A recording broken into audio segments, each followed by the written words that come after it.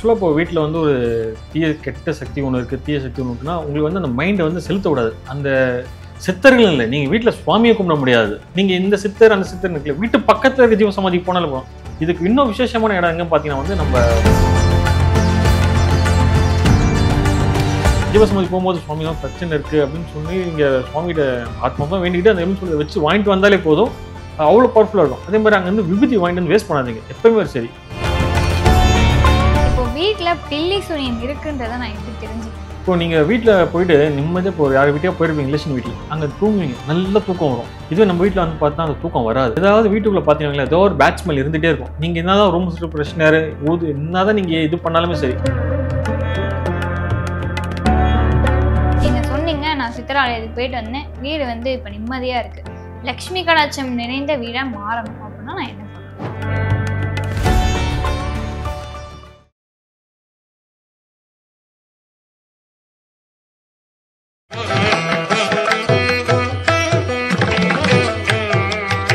வணக்கம் சார். வணக்கம் சார், நம்ம வீட்டில் பில்லி சூனியம் ஏவல் இந்த மாதிரி விஷயங்கள்லாம், ஒரு தீய சக்தி நிறைந்த அமானுஷ்யமான விஷயங்கள்லாம் இருந்துச்சு அப்படின்னா சித்தரை வழிபட முடியாது அப்படின்னு சொல்றாங்க. அது உண்மைதானா? நீங்க ஆக்சுவலாக இப்போ வீட்டில் வந்து ஒரு கெட்ட சக்தி ஒன்று இருக்குது, தீய சக்தி ஒன்று இருக்குன்னா உங்களுக்கு வந்து அந்த மைண்டை வந்து செலுத்தக்கூடாது. அந்த சித்தர்கள் இல்லை, நீங்கள் வீட்டில் சுவாமியை கும்பிட முடியாது. இப்போ வீட்டில் போய் நீங்கள் வீட்டில் போயிட்டு இப்போ ஆஃபீஸ்லேருந்து வருவீங்க, இல்லை வெளில போயிட்டு வரீங்க, நீங்கள் போய் நம்ம வீட்டில் போயிட்டு ஒரு பூஜை பண்ணிடலாம், விளக்கு ஏற்றிடலாம்.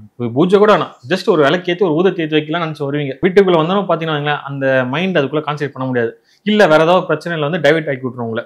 ரெகுலராக நிறைய பேருக்கு வந்து இதை வீட்டில் பிரச்சனை இருக்கிறவங்களுக்கு அவங்க புரியும். ஆக்சுவலாக ஆமாங்க, நான் வந்து பார்த்தீங்கன்னா வீட்டுக்கு வருவேன், இன்னைக்கு கோயில் சாமி கும்பிட்டு அந்த கோயிலுக்குள்ளே போகலாம் பார்ப்பேன், இல்லை கூட்டமாக இருந்து டைம் ஆயிடுச்சு, ஏதோ ஒரு விஷயத்தில் கோயிலுக்குள்ளே போக முடியாது, வெளில வந்துடுவானுவாங்க. இன்னைக்கு சரி கோயிலுக்கு தான் போக முடியல, வீட்டுக்காக போயிட்டு அட்லீஸ்ட் சுவாமிக்கு இடத்துல பூவை போட்டு விளக்கேற்றி ஒரு ஊதத்தி வச்சுக்கலாம் நினைப்பாங்க. ஆனால் பண்ண முடியாது, வீட்டில் இருக்க அந்த மைண்ட் உங்களை விடாது. இது நீங்கள் சித்தர்கள் வழிபாட்டில் வந்து நீங்கள் போகும்போது பார்த்தீங்கன்னா ஏதாவது அடிச்சு பிடிச்சி நீங்கள் போயே ஆகணும் அப்படின்ற ஒரு வைகாரத்தோடு நீங்கள் போயிட்டீங்கன்னா சுவாமி உங்களை பார்க்க வேற, நீங்க இந்த சித்தர் அந்த சித்தர் இருக்குல்ல, வீட்டு பக்கத்துல இருக்க ஜீவ சமாதிக்கு போனாலும் போதும்.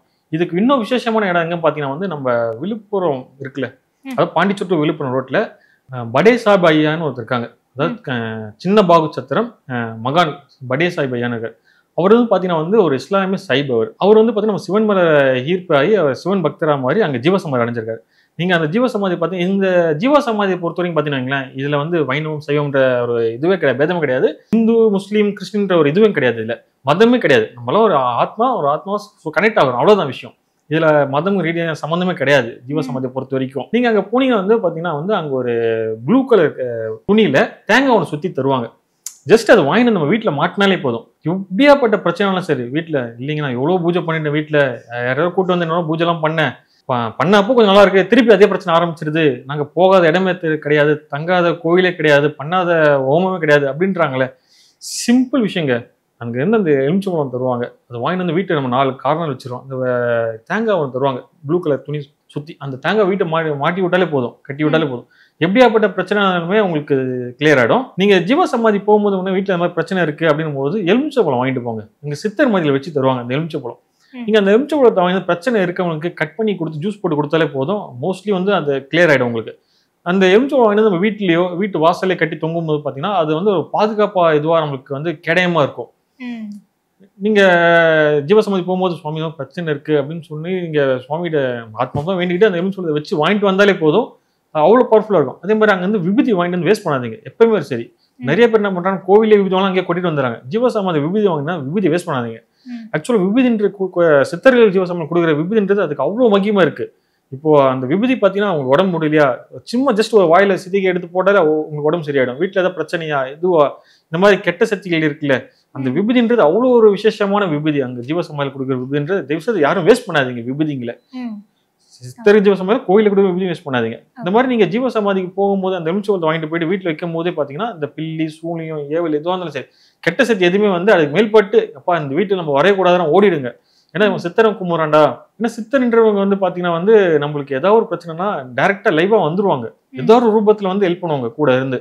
நீங்க ஆத்மா போயிட்டு நீங்க சுவாமி எங்க வீட்டுல எனக்கு பிரச்சனை இருக்கு, நினை தெரியல, வீட்டுல மாத்தி பிரச்சனை வருது, எனக்கு ஏதோ இதுவா இருக்குன்னு நீங்க சுவாமி கிட்ட வேண்டிக்கிட்டு ஆத்மா சரணாகதி அடைஞ்சாலும் போதும்.